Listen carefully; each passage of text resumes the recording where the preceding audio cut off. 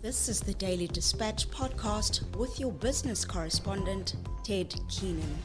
Today, Dispatch Live is talking to Lisle Clark, who is the MD of Twiza, a role he's had since 2019, and Twiza is in Komani. And Lisle has also recently been appointed the president of the Border Car Chamber of Business Komani branch. Lisle, you've got quite a challenging task, have you not? Because business and the Komani municipality don't seem to be on the same page. Are you managing to rectify those things? It is a challenging task. I don't think it is as challenging as it was in prior years, due to the fact that the municipality is willing to engage. So our number one objective this year, other than what we have to achieve beyond what's at crisis point, is that we establish a forum or working committee with the municipality, and we scheduled to speak with the speaker later this month. And I think that's critical. It's critical to draw the lines between leader of the opposition and business. And we're not a political party. We represent business and the interests of business. And with that priority in mind, our number one goal is to work with the municipality and not against it. And they are starting to hear that. So I think we're in a better space than we've ever been to work together. And we hope that we can start delivering on some tangibles in that regard through that relationship. If business succeeds, the municipality does a lot better. If the municipality does a lot better, it helps business succeed. Do you have goals in mind? Do you have a top 5? Yes, certainly. These committees are often formed out of crisis, and that's when they've been the most effective. And the municipality in Queenstown is in a crisis. They have an unfunded budget. They have a massive ESCOM debt that we don't see any line of sight as to when it's going to be paid down. They have an incredibly high salary bill. So they have their challenges. So our top 5 goals are things that we think are crises. I think the first one is securing the electrical infrastructure within the town. Many primary cables and secondary cables to substations are outdated, and a lot of the substations require serious upgrades. Not only upgrades, but they require security. A lot of substations have been subject to sabotage, theft.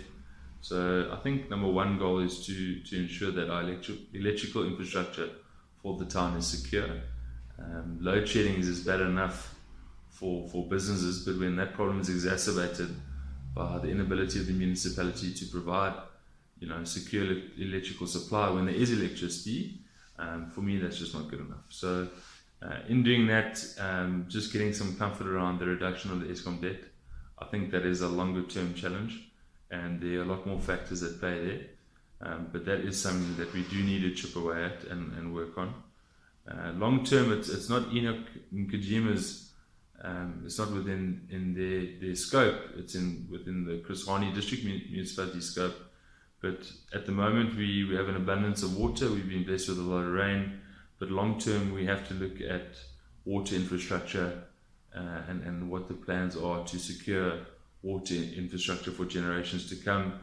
The pipeline between Queenstown and Waterdown Dam has several leaks on the pipeline, which in times of crisis will prove to be damning and pun intended.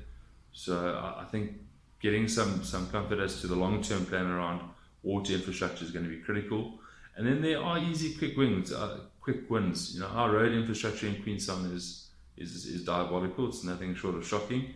The Fikile Guadana road scandal, where they had in excess of 90 million rand commissioned as a tender for a 7-kilometer road, or 6.7 kilometer road to be exact. There's a lot more that we could do with that money within town. So the local independent party obtained a court order to stop all construction on that road, and we'd like to see that money being put to better use also within the town, while still fixing the Fikile Guadana road, which is an important service route into Ezivaleni. And then I think the last one is getting some quick wins on basic services, rubbish collection. the licensing department in Queenstown's a mess. If you want to do your license or get it done quickly, you actually have to go to border towns like Dordrecht and Craddock. So, things that the community needs from a service perspective from the municipality on a daily or at least monthly basis, we'd like to see some wins there. So, back to what is our number one goal. Our number one goal is to establish a forum or working committee with the municipality where we can talk about these things and they can feed back to us as to how they are progressing and delivering on their constitutional mandate to service our community. And in those environments, let business do the rest. When there's electricity and there's a secure road infrastructure and people are able to trade without interruption or unnecessary interruption, it certainly provides a space for us to flourish. And we have had good examples in the past where us as business working with the municipality or local government agencies has delivered tangible outcomes. We worked hard with the Chris Hani Development Agency to upgrade the substation at Komani Industrial Park. That was completed last year, which was a massive win.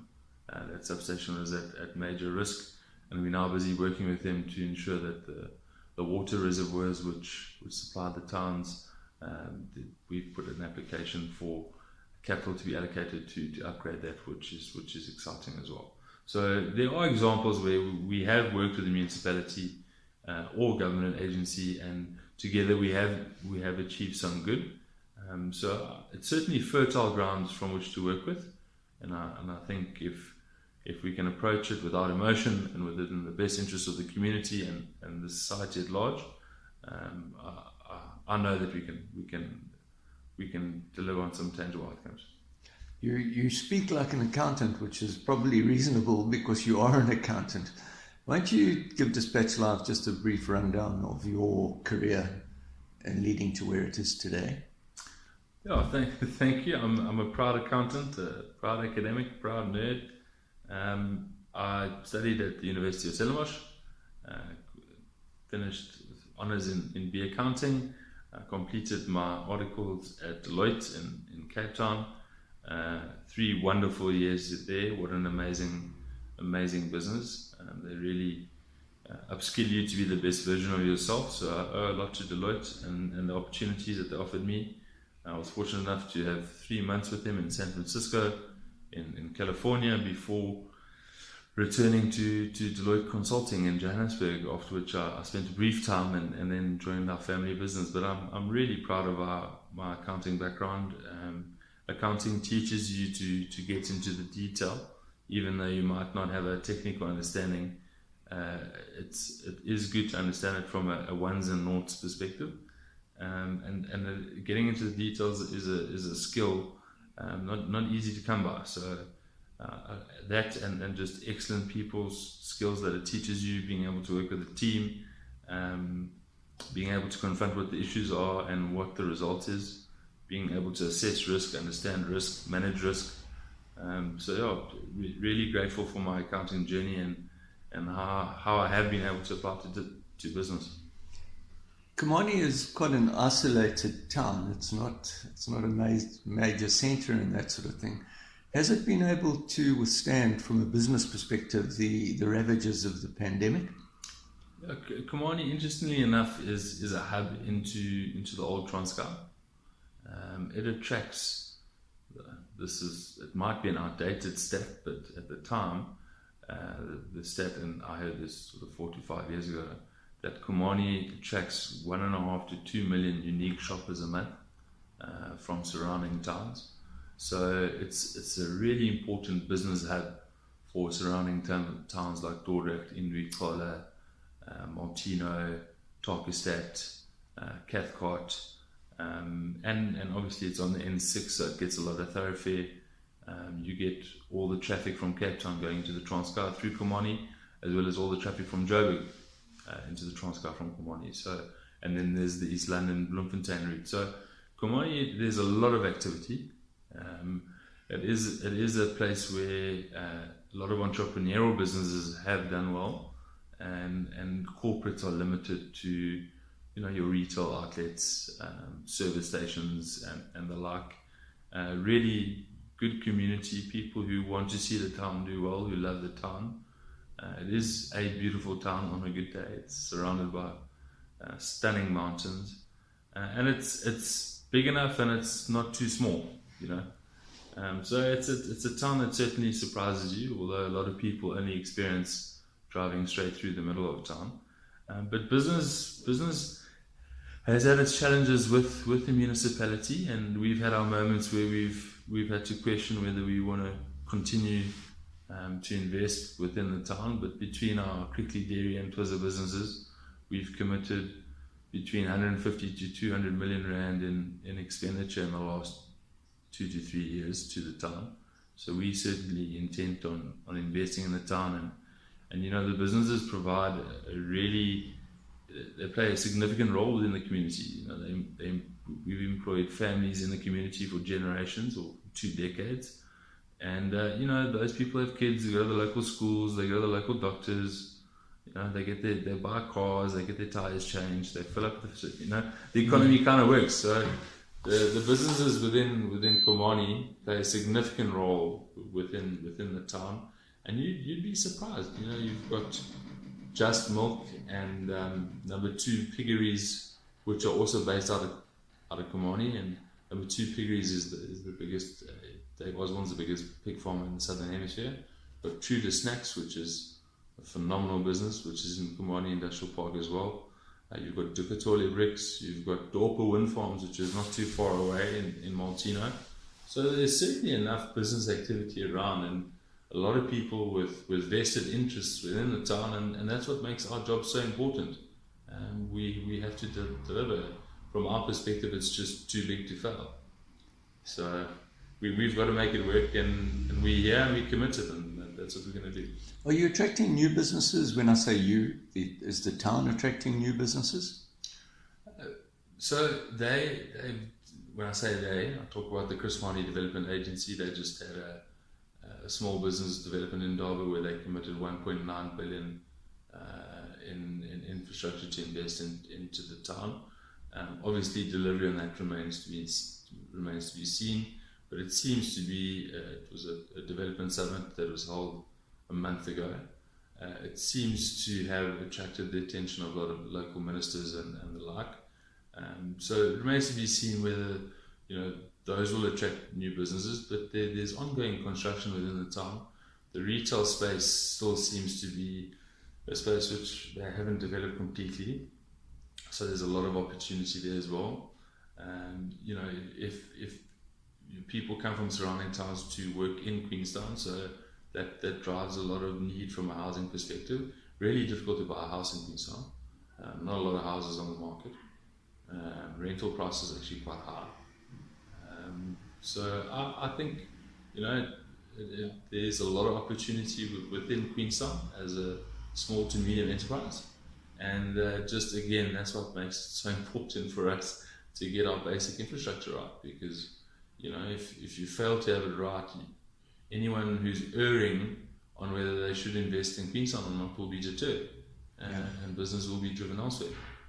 So there's certainly a lot of positivity and a lot of work going on behind the scenes with regards to attracting business to Queenstown. But, you know, it comes down to brass tacks as to whether they can commit or not.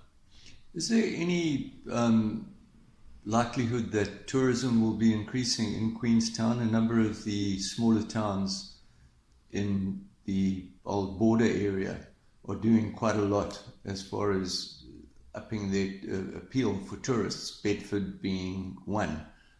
Are there any tourist plans, any tourist developments going on in Queenstown, or Komani as we should call it? I would like to see it. To be honest, we've got stunning surrounds. We've got beautiful farms which surround Queenstown. We've got beautiful mountains. It should be a hub for what do they call it? Sports tourism or adventure tourism. And I don't think it's something that neither us as the chamber or the local municipality has applied their minds to. So I do see big opportunity there. but I don't think it's something that we've seen a clear strategy around. So I think it'll be quite important to be able to develop propositions for people who'd like to visit Queenstown as to what they can do in the area.